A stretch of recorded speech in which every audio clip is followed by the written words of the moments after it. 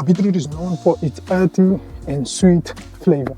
And another good thing about beetroot is that you can enjoy the beets as well as the leaves of the crop. So in this video, I will share with you how I go about growing my beets and also some of the alternative ways of enjoying beets.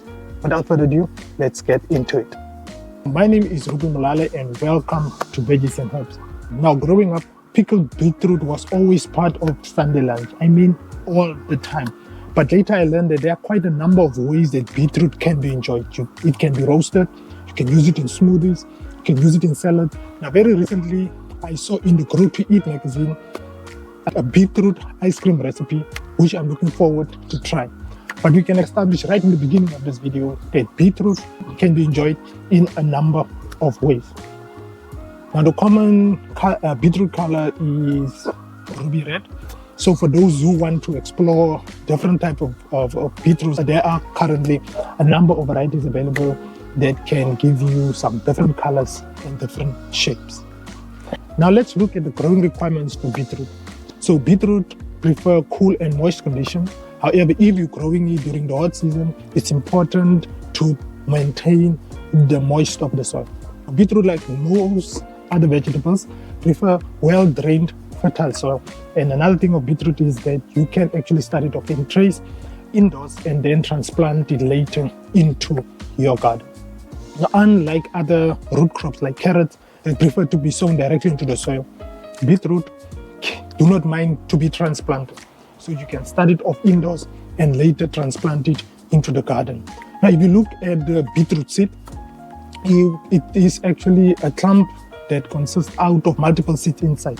This means that if you sow one seed, there are quite a number of seedlings that will emerge.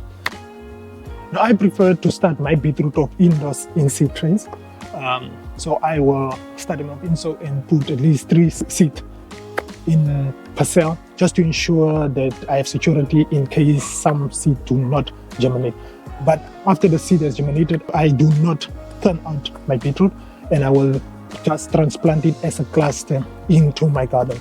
I know that market gardeners, they prefer to turn out their beetroot because they need to grow consistent and uniform beets for their clients. But since I'm just growing the beetroots for my household, I am not very picky or concerned about the uniformity of the beets. And this is why I prefer to grow my beetroot in clusters. Now, so if you prefer to sow your beetroot directly, you can do that. Just ensure that you have a trench and then sow your beets directly into the soil.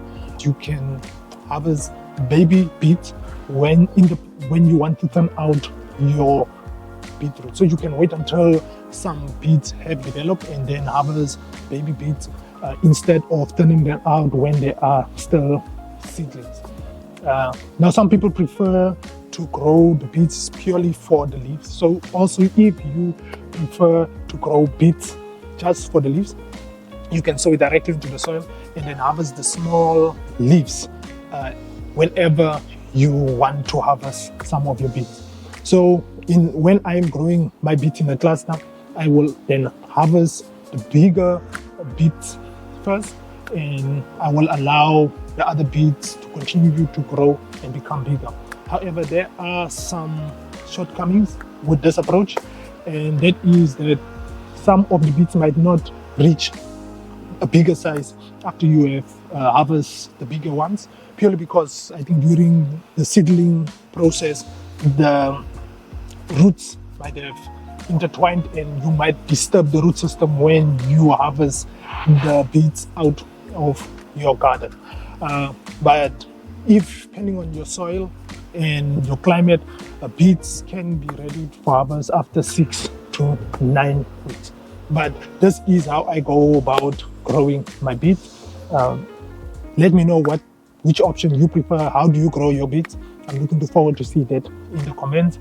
And if you want to see some other videos, subscribe to the channel. Thanks for watching, and I'll see you in the next one.